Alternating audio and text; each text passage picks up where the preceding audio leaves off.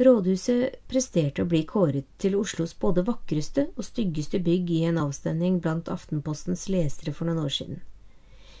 Ingen bygning splitter byen mer, kunne avisen melde. Dette er om ikke annet et tegn på at huset spiller en rolle i byrommet og i borgernes liv og hverdag. For meg er rådhuset det nærmeste vi kommer følelsen av en gotisk katedral i Oslo. Det er monumentalt og pragende, og på samme tid litt dystert og utilnærmelig. Det er riktig nok en katedral for profane krefter. Rådhuset er jo nærmest det motsatte av et gudshus.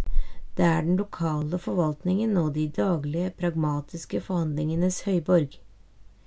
Utsmykningen av huset viser til en historie om arbeidets vev, samfunnsbygningens utopier og makt og administrasjon.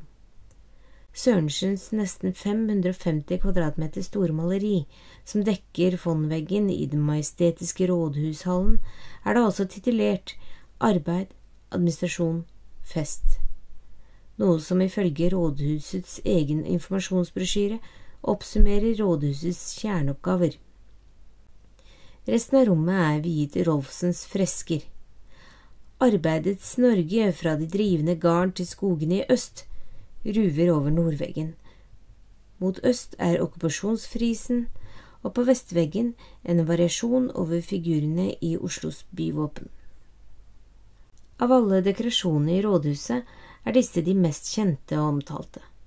Rolfsens og Sørensens bidrag er fortellingen om et nytt Norge, om nasjonsbygging, krigsårene og modernisering, om sosialdemokrati og by og land hand i hand, landbruk og fiskeri og industri og ingeniørkunst.